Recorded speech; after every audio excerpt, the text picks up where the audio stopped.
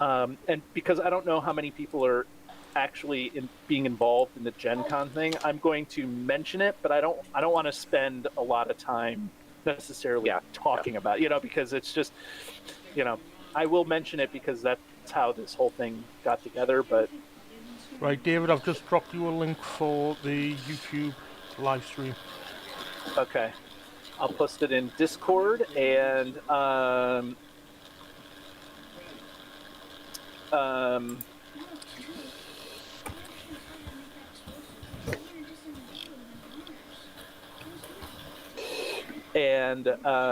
Grant, you can do the live stuff if you want.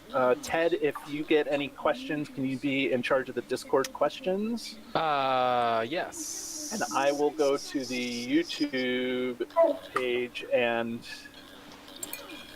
go there and do that. Are you put up on Facebook, David, or do you want me to do that?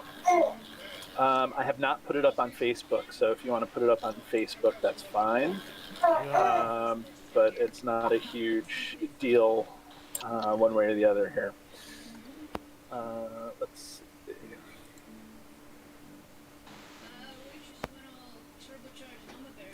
It's so weird to watch my own live stream. Yes, it's a strange... it's a strange, weird thing. Shift in reality, yeah. Like, where am I? What's... Especially when you got it on two monitors and you're just seeing... Yeah, that's what I'm doing. I have it on two monitors. I have the live stream and I have this. So, Grant, are we full go on the live stream? Yep, we are up and running. We're up and running. Okay, so I'm going to welcome everybody on the live stream, and then...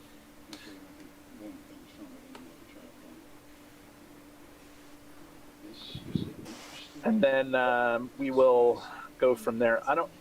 Welcome to Card Talk Live. Okay.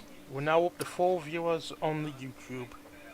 Well, and one of them is me. So one of them is me. Okay. So just very quickly around the table, everybody either give me thumbs up or a yes. Are you guys all ready to record? Ted, Grant, thumbs up.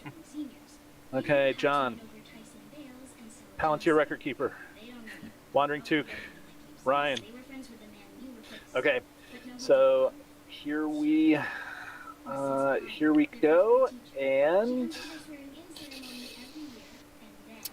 okay, I'll start the show and we will get going.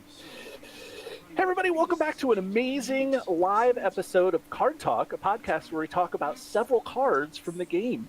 I'm your host, Dave Walsh. And I'm Grant Thompson, just along for the ride. And I'm Ted Bannock, and I love broadcasting live.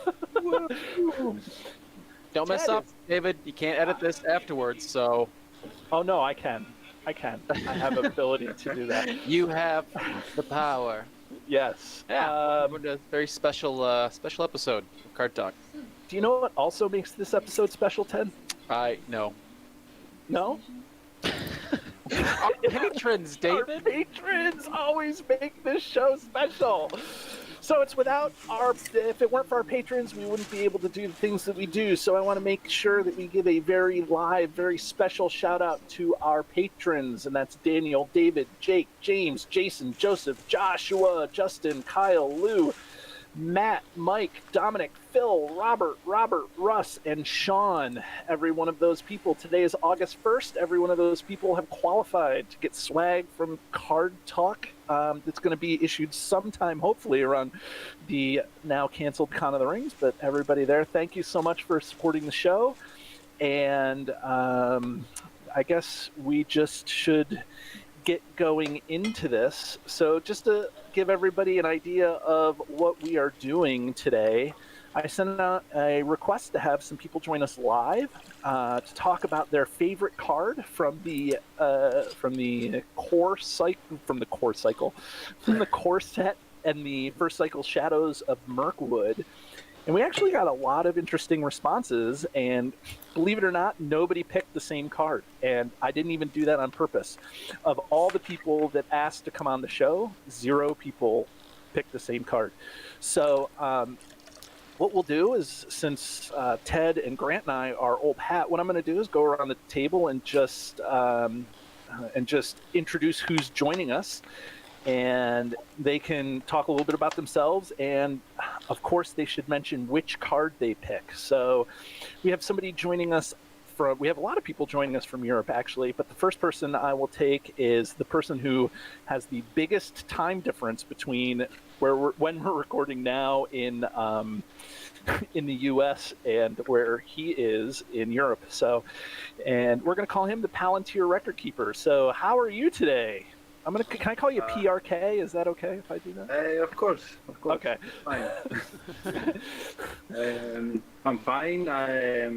I'm started playing the game around a year now, and I'm really excited about it. I always loved the Lord of the Rings movies, and that's why I decided to start playing this game, and it really got me into that.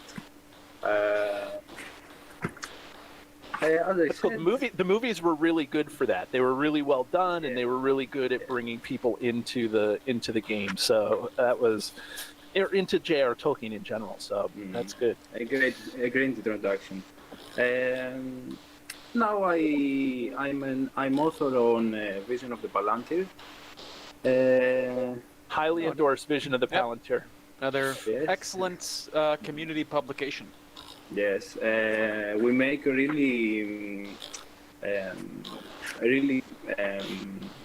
detailed reviews about the quests and staple cards, counter cards, etc. Yeah. So PRK, which card did you pick as your favorite or best card in the core set / Shadows of Mirkwood Cycle? I choose Frodo Baggins from Conflict at the Karok, the adventure pack. At first I thought of Unexpected Heroes, and then I thought about it. Wasn't my favorite card, but I thought it was the most powerful card of the cycle and the core set. But I choose I choose Frodo because I love that hero. I play all the time, and I use it in hobby decks. I love Hobbit decks. Yeah.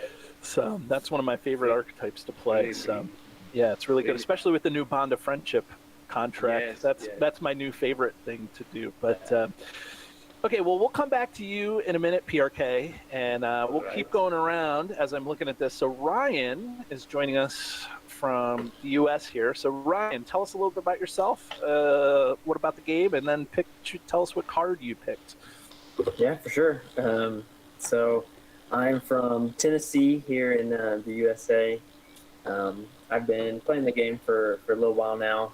Funny enough, a while back I was trying to figure out which LCG to get into, either Arkham Horror or Lord of the Rings. And I did all this research, and at the end of the day, I was like, you know what? I feel like my wife would play Arkham Horror. So I went with that, and I regret it. I sold it. I got Lord of the Rings, and I haven't looked back. Oh, really? Wow. And it's so much, for me at least, it's been so much better. I've had so much more fun playing it, and it's really been great. I started off with core set and then moved on from there. But today, the one I chose as my favorite is Erebor Hammersmith, the lore. Hammersmith. Wow, the Hammersmith. That's crazy. So I mean, out of all the really honestly really good cards in this cycle, for some reason this one it's near and dear to my heart. So I had to pick it. It is near and dear to. I don't play the Hammersmith. Is that right? The Erebor Hammersmith. I don't play that. I don't play that card hardly at all. So I don't need any of that. Yeah. Thanks, Ted. Okay, so we'll keep going around the screen here. So John, the second most jet-lagged joiner here. John, tell us a little bit about yourself and what card you picked. Oh yeah, well yeah, as you said, I'm streaming from Munich, but from London. I've been into the game for a few months now, and I think as any self-respecting nerd, Lord of the Rings is something I was reared on and the base from which all else followed. And so when I was looking at, as you were, looking for an LCG to get into, because I've heard a lot about them from my one particular friend, and Lord of the Rings just grabbed me instantly, and I just dived right into it. And yeah, it's great to see that the community is still so alive, and it doesn't feel like a dead game, which I've been hearing about. Right. Not at all. And I chose Fast Hitch because I just shamelessly wanted an excuse to talk about Hobbit decks. But Hobbit love so far.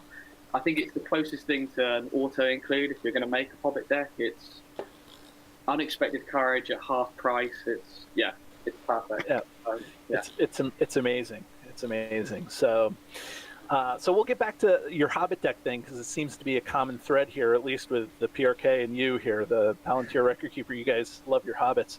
So we do have one last guest to introduce, and I do want to introduce this guy, give him a little bit of special props. So we have with us Wandering Took. So some people may have been participating in LCG Con, which is the Gen Con digital replacement for Arkham, Marvel Champions, and our beloved game LOTR LCG. And so it's the LCG in this case stands for League of Cooperative Gaming, and the Wandering Took took it upon himself to organize this whole thing, and without him, it would not have gone off. So, Mr. Took, kudos to you, and thank you so much for organizing this. And you're an amazing asset to the community. Such kind words. I couldn't have done it without a lot of people, and it's great to see everyone just coming together and contributing. This is unofficial. This isn't part of Gen Con Online. This is our own thing, made for community members by community members. I just roped everyone together, so thank you for helping make this happen. Yeah, well, someone had to do it though. So someone had to. Yeah.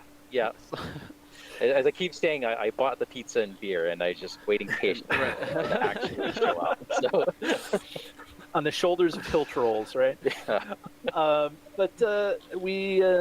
So we wanted to make sure that we publicly thank you for this, for doing this. But you're not here to discuss LCG Con, really. You're here to discuss your favorite card from the. Yes. I hope everybody takes a seat here and just wait for this, because this is a card I've never included in a deck, and I've only seen played just recently. So, Took, go ahead. What do you got? You guys are new to the community, then. Shadow of the Past. Shadow of the Past. It is one of the more interesting cards for me. Okay, so to go down, read what your card does, because I think we should just start with you here, and then we'll give you the hard. Okay, so hang on. Sorry, I don't have the card in front of me. And you don't have it memorized. Thanks, Your favorite card. It's a wording is important. Okay, here we go. That's true. It is a 2-cost neutral attachment, a neutral event, so you can throw it in any deck you want. Action: move the top card of the encounter discard pile to the top of the encounter deck. So it's neutral, right? It's a 2-cost neutral attachment. Okay. So this is my first question to all 7 participants. You guys heard me talk a little bit about this, but I don't know. So what do you guys think of Shadow of the Past? Does anybody even remember what card that is? Like, come on, right? Well, I do, and you should, David, because we used it on Thursday night. Right. That's the only time I've ever seen it played. That's the only time I've ever seen it played. When someone else is playing it to save you. Right. That's pretty much it. What's going on? You're moving cards around the encounter deck? Oh, okay. Something's going on. Okay, so Wandering Took, tell me why that's oh boy. Tell me why that's such a great card. Its value changes depending on where you are in the card cycle. Early on, it's amazing. Kind of midway, it starts to falter a bit, and then later it becomes good again. What makes it awesome is that in the early stages of the game, you have very swingy encounter decks. You have cards that whiff, locations that are beneficial, and you have the worst of the worst treacheries. It's in the early game, it's I'm going to pay 2 resources for that location where that gets me to ready a hero, or that treachery that's going to whiff, or something along those lines. That's Shadow of the Past at its weakest. Shadow of the And Past.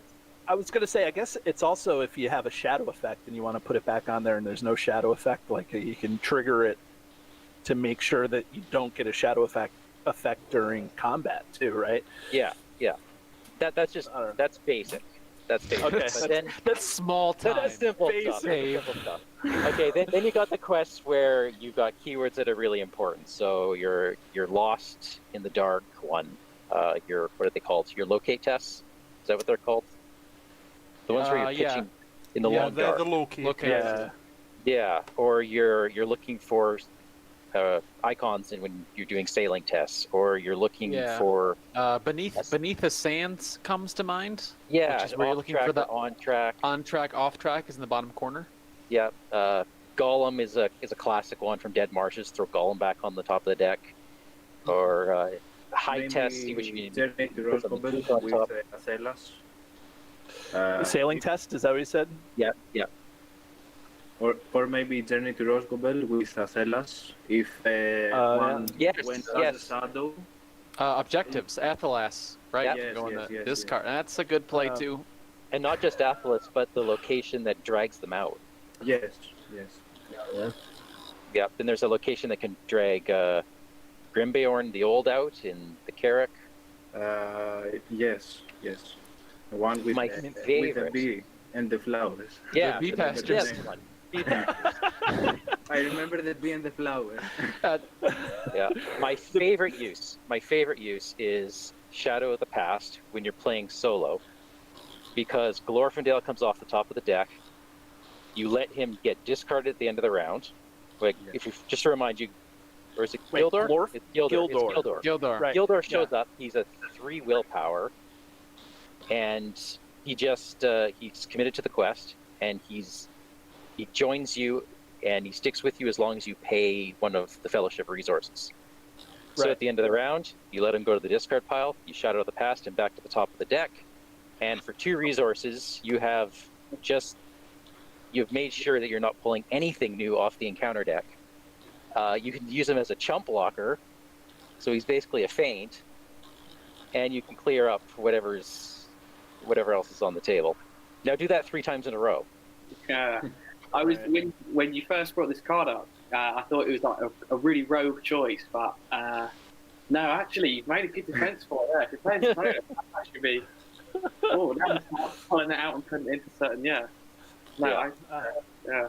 John, don't let Wandering Took talk you into something that you're not comfortable with, right? Stick with me, my friend. Stick with me. David, just because you find it hard to admit that somebody else has a valid viewpoint. Well, I we will. Yeah. But actually, said To that, if it's I should. Sorry, go ahead. Go ahead. No, Go sorry, ahead, John. I was just saying if it's neutral and only costs 2, you could probably play it quite easily. And then even if it's not in that specific example, if it is something where you're set up in such a way that a treachery is not going to harm you too badly or something, I really didn't think I'd be persuaded on this, but you've made a good argument. Yeah. Where you're going to have trouble is if your cost curve is high, because it's really difficult to float 2 resources.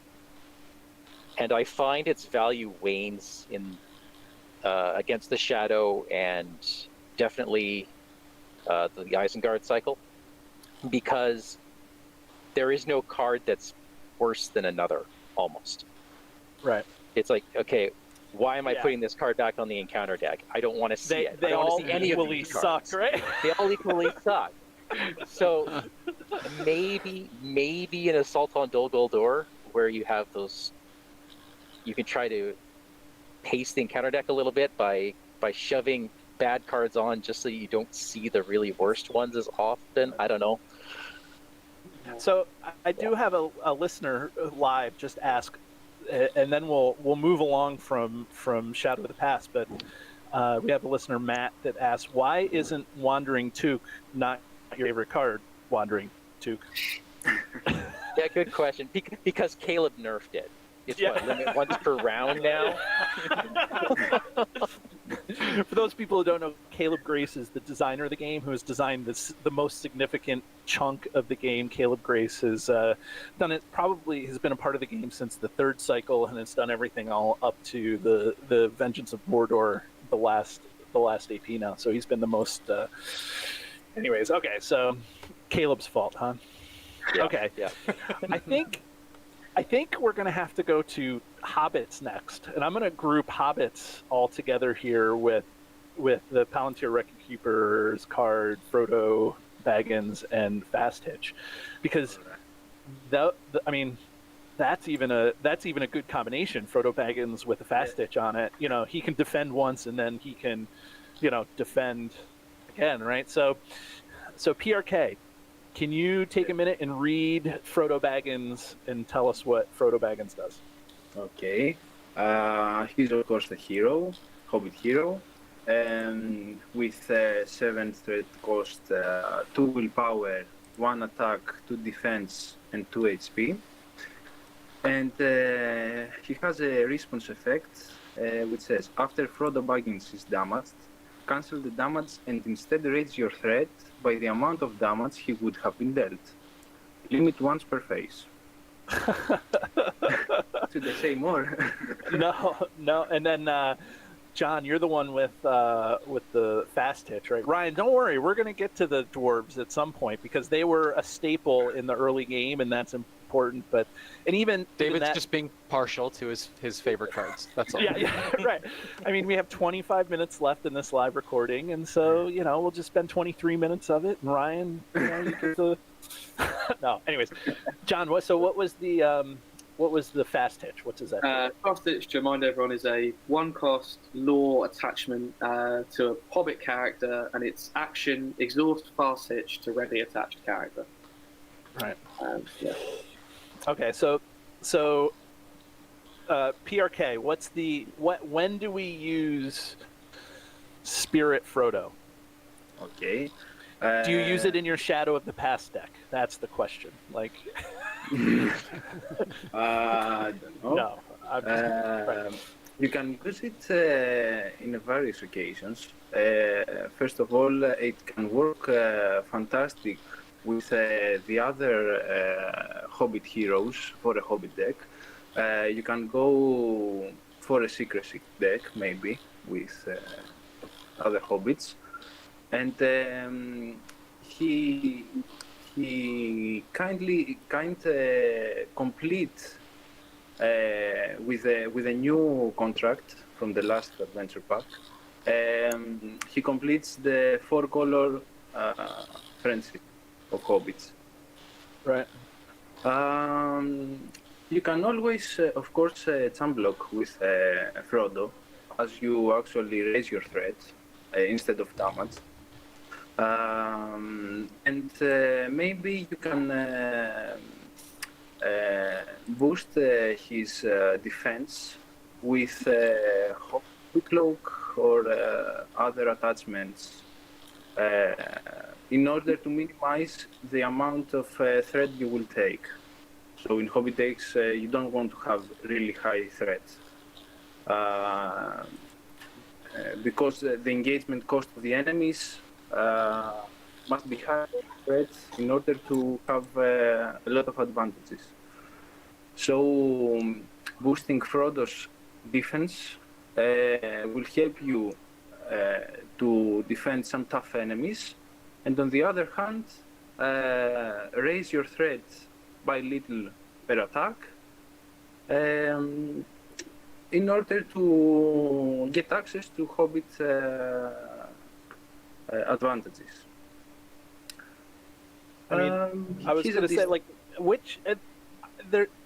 this is like the ultimate in Splash Spirit Heroes almost, like the way that he's 7 threat, he's low threat, he can defend at least once for you without worrying about it. His low threat couples with his ability, which is hard to find sometimes. Sometimes you have those heroes that it's like, we just did a show on Leadership Faramir, where he's ranged, but then he, when he engages an enemy, he readies an ally, which seems to be like two things that are counter to each other, like, and so it seems like the low threat and the ability just couple with themselves. So it's like the question is where doesn't he go, right? Like where Yes. doesn't He's not only good in a hobby decks, he can work with a lot of deck. Maybe with Spirit Glorfindel for low threat for a secrecy deck. Or I don't know, with Elrond, as Elrond has high threat, it can average out with Frodo, maybe. He Lord could go to Aragorn. a lot of decks. yeah, he Lord makes, Aragorn, right? Lord Aragorn. Yes. Right. It works out really well with Lord Aragorn. Yeah. Even if you're playing a dwarf deck, like he can fit into a he could fit into a dwarf deck a little bit. Right? You can make it kind of thematic. Well, how many spirit dwarf heroes are there? There's not very many. There's Ori, Dane, Owen, Dane. There's 3. oh, Dine, Four yeah, with Dane. Right? yeah. Yep. Dine is my favorite Yes. spirit hero, but yeah, I mean, it's good. And then coupled with Fast Hitch, John, what you read Fast Hitch, but then what's not a good target other than it obviously has to go on hobbits, but name a hobbit that's not a good target for Fast Hitch. Yeah, I mean it's there's no restriction apart from it being on a hobbit, and then it's one cost to get this action advantage, which is so important. Yeah, as I said earlier, I think it's just more than any hobbit card. Maybe for me, it's the auto include. It's definitely going in there. Well, Gaffer Gamgee's at that level as well, but they're definitely going in there. And then I'll choose what else I want. But I suppose I chose it today because yeah, it's really strong. But yeah, hobbits are probably my favourite, and I think it typifies what I like about hobbits is that the characters, obviously their stats are rubbish. They got like 2 health points, no attack, maybe 2 will. They're rubbish. I love that you said that their stats are rubbish. That's I may trim that out of the episode and put that as like a thing for the rest. Like anytime we talk about how their stats are rubbish. Well, I mean, but that it makes sense. It's like narratively it makes sense. They're 3 foot and they just eat and drink all day. They shouldn't be as good as Boromir or Elrond or something. But what I really love about them is they get all of these attachments and really interesting kind of tricksy events and stuff that only they can play. That are usually really cheap as well. You don't need to usually worry about too much resource acceleration with hobbits. And I think it suits who they are in the books and in the films, and that they get help and they get all this luck. And it's getting a bit off topic here, but it's another thing I really like about hobbits is that I think more than any other archetype, what they do mechanically really it matches what they are narratively. They sneak past things and they get away and they stay small, whereas everything else is a bit arbitrary. Dwarves are just good with allies. Well, and who isn't? And if they have to, they can kill stuff, right? Like yeah, like you can put stuff on them that makes the Dagger of Westerness is really good on a hobbit and stuff like that. So yeah, and you can. But it takes opportunity. It's having the right cards. I like that. It does suit who they are. Yeah, that's again why I think I chose it as well. I mean, now I'm here. As you said, like I think 3 of us have chosen Hobbit cards, but yeah, I just really wanted to make sure they got their place, and it wasn't just all going to be dwarf talk. But yeah, dwarf talk. Before we get to Ryan, I will ask one last question. What does Fast Hitch actually represent? Like, I think that's a thing in the book, right? Does anybody want to know that? That's a really great question that I don't. Yeah, who's got the answer? Grant? Does anyone else know? Well, I'll see if any of these know, and then I'll get back to it. Well, I think I know because we had a show on Fast Hitch, so, right? Yes, we did. Is that based off of Sam's tying the knot on the rope? Yep. But is it when he was chasing after Gollum in the Emyn Muil when they're like going from, all the craggly stuff across before they get to Osgiliath, or not Osgiliath? The Dead Marshes. Like when they go through there, yeah, like it's when they go through the Emyn Wheel. Okay. But there's another point where they mention rope, and that's when Sam's speaking to one of, I think it's either Galadriel or one of our handmaidens about the rope, and they said, I wish I had more time to learn the art of rope making. Yeah. Yeah, that's crazy. Yeah, yeah. So the question then becomes: is how does a fast hitch mean that the Hobbit should get a ready out of that? Like, how does that? Because he's tying the rope so fast that he can. I was ready to defend hobbits, but I admit the card doesn't make much sense. There's not the fact he's good with rope. I don't understand why it makes him ready. But maybe it's the. No, I don't know. I don't know. That's crazy. I don't know. Okay, so Ryan. Well, it's got a skill tree on it, right? So it's got like a skill trait or something. How many skills are there in the game? Skill tree? Oh yeah, it does. Yes, it does. Yeah. Yeah. So I would just say it's indicative of just their general skillfulness.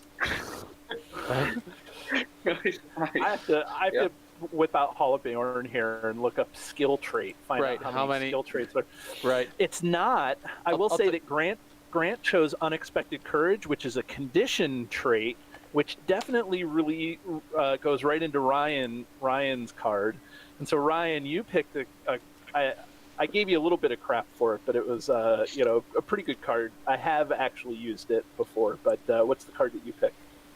So I chose Erebor Hammersmith.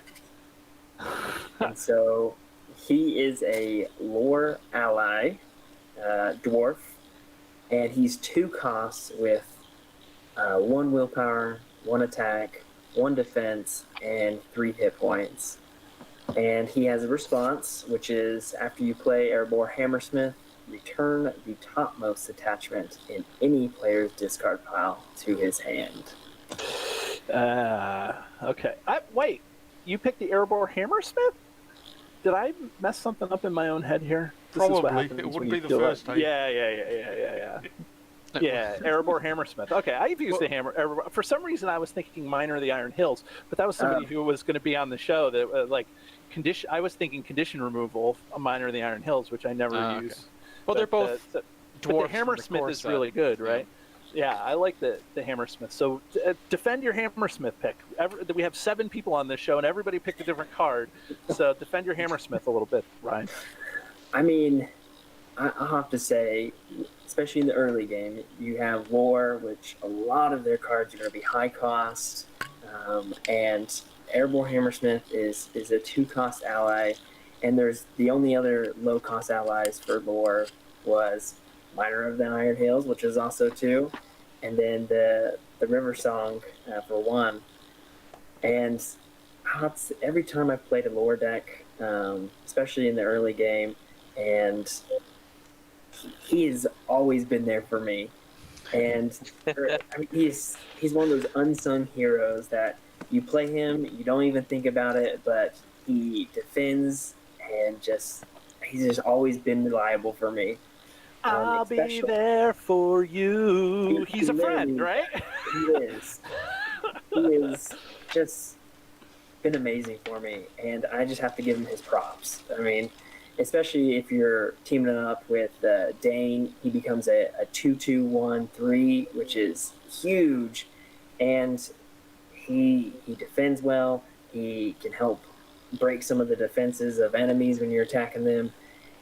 He's an all-around just awesome guy, and when you look at his artwork, he just looks like he's just nice and wants to help.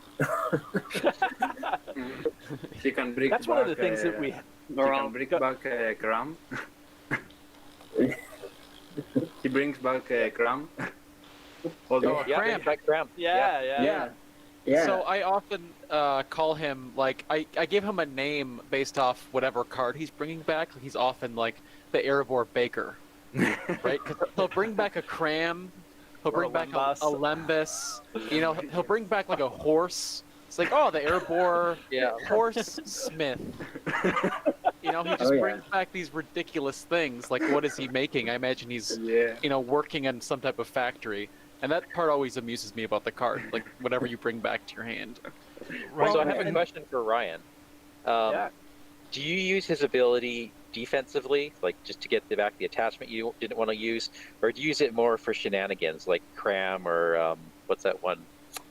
Path of Need, stuff like that. Just curious what your play style is. So the most recent time I used him, he was really just for I grabbed an attachment. I had a double up, so I can't remember what card. So it might have been like a Steward of Gondor, and it was a second copy. So it was just a useless card at that point. And so I did it to get it back in my hand to discard it for like more willpower. Right.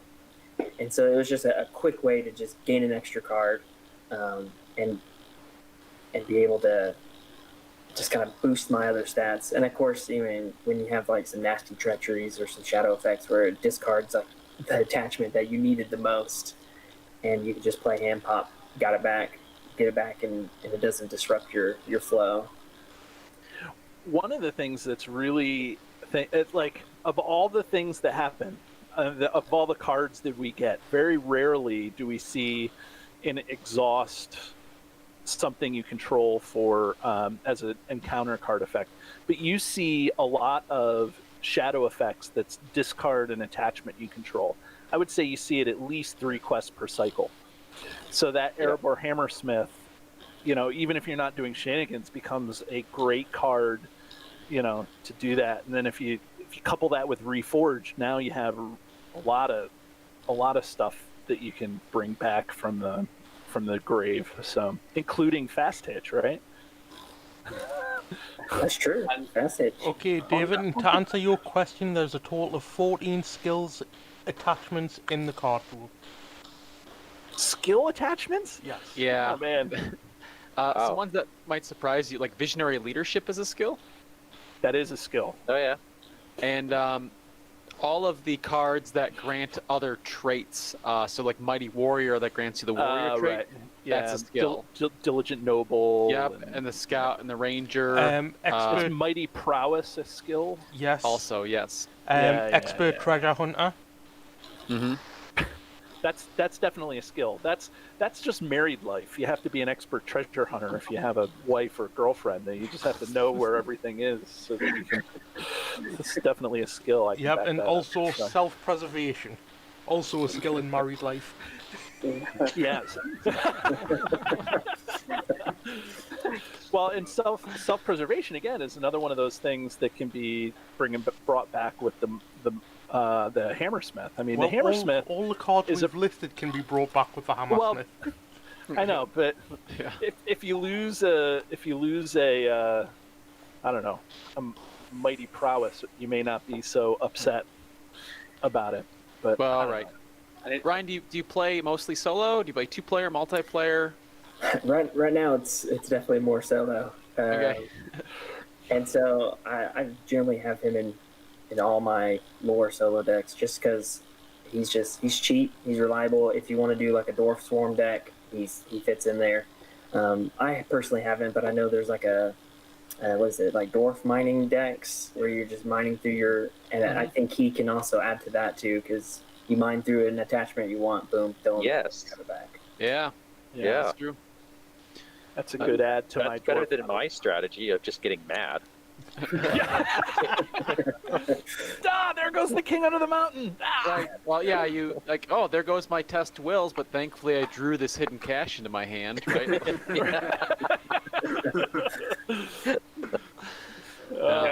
The reason I was asking though, Ryan, about the multiplayer is because his ability lets you target any player, right? Yeah. So it can be really helpful for someone for that exact situation, right? Someone mills over or they lose an attachment, like, oh, there goes my Gondor shield. You're like, well, how about you just put it back in your hand? And they're like, oh, thank you. And he just saves the day for like that player.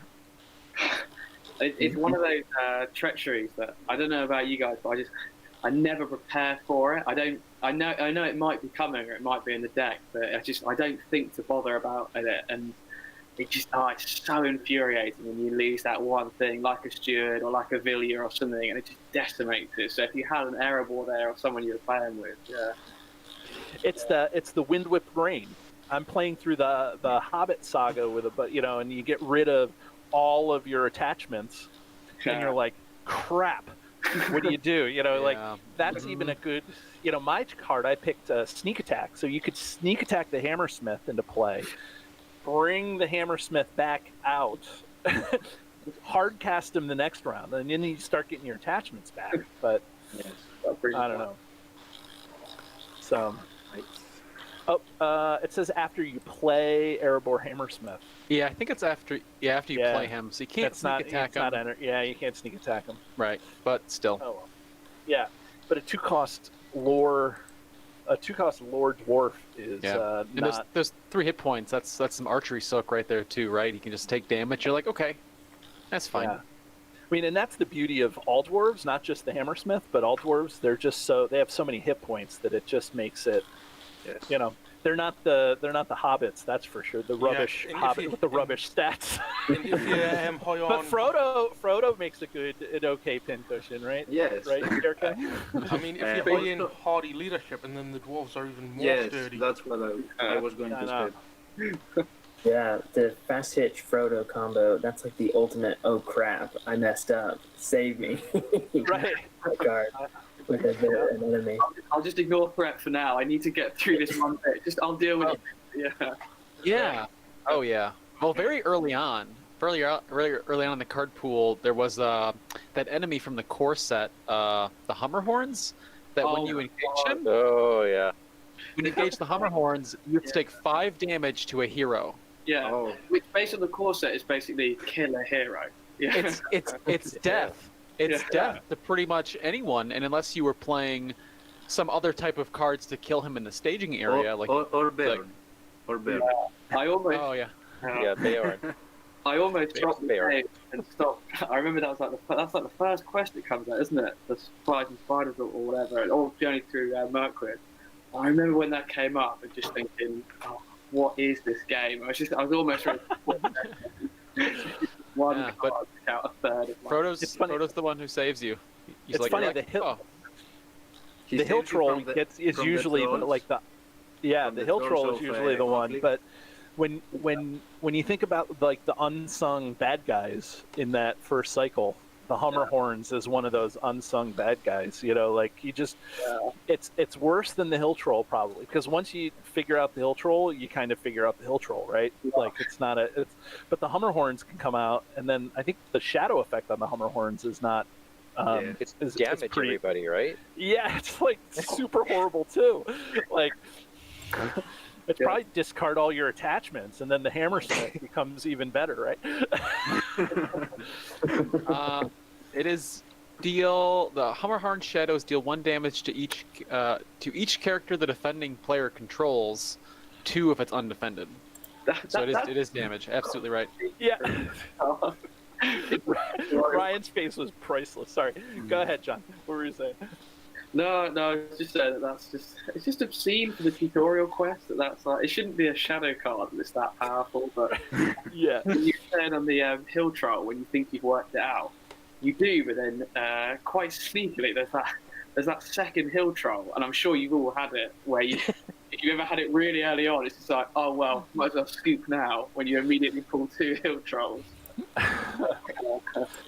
Oh man. Well, I wish that we could talk forever, but I feel like a 7-hour episode of Card Talk is probably not in our wheelhouse. There's a couple other podcasts out there that go, for a little bit of time, but we like to keep ours a little bit short. If we can, yeah. If we can. But just as a review, we didn't talk about Ted and Grant too much, or my card, but just to go through everybody's, we have Wandering Took with Shadow of the Past. That was amazing. We have the Palantir Record Keeper gets Frodo Baggins, John with Fast Hitch, Ryan with the Erebor Hammersmith. Ted picked Strider's Path, which I think we did Strider's Path. We did a show on that. If you want my thoughts on it, check out the Strider's Path episode. Yeah, and then Grant picked Unexpected Courage unexpectedly. Not really, but I mean that's one of those that's probably one of the best cards in the cycle. I also picked Gun here, and for thoughts on that visit. Yeah, that's your favorite. Right, and then there's sneak attack. I pick sneak attack, so that's always fun because as soon as you get over using sneak attack with Gandalf, then you can realize that you can use any card with that. Yes. It does. Then It does it more opens than up that with one these- thing. right. Which It it took me like 3 years to get yes. over that. Like it's like, oh well, why put sneak attack in a deck if I'm not going to run Gandalf in this deck? And then I say, why am I not running Gandalf in this deck? So I better put sneak attack back in this deck. Anyways, gentlemen, it's been so awesome to have you guys on our first ever live show. There's something that you can remember for the rest of your lives. Card Talk Live. You guys are here, and as a reward, I am going to give away this set of tokens. I wish that I had a decorative box, but just so everybody knows, this set of tokens was designed and made by a member of the community. His name is Gaetan Agnini. He's on the Facebook group. So if you don't win them, you can at least contact him and see if you can, especially the European folk. So he wants to, I think he's doing it just for fun and not for profit, just to give you an idea. But he sent me some of these specifically for LCG Con weekend so I can give them away to listeners of the show. So I wish I could get it so that you guys could see them a little more clearly here, but there's plenty of tokens to do everything you need to. So there's 4 of you, and there's going to be a 4-sided dice that I have here, my green 4-sided dice that I use. As you guys can't see it, but there it is. I'm just going to roll it. And so Wandering Took, you can be number 1.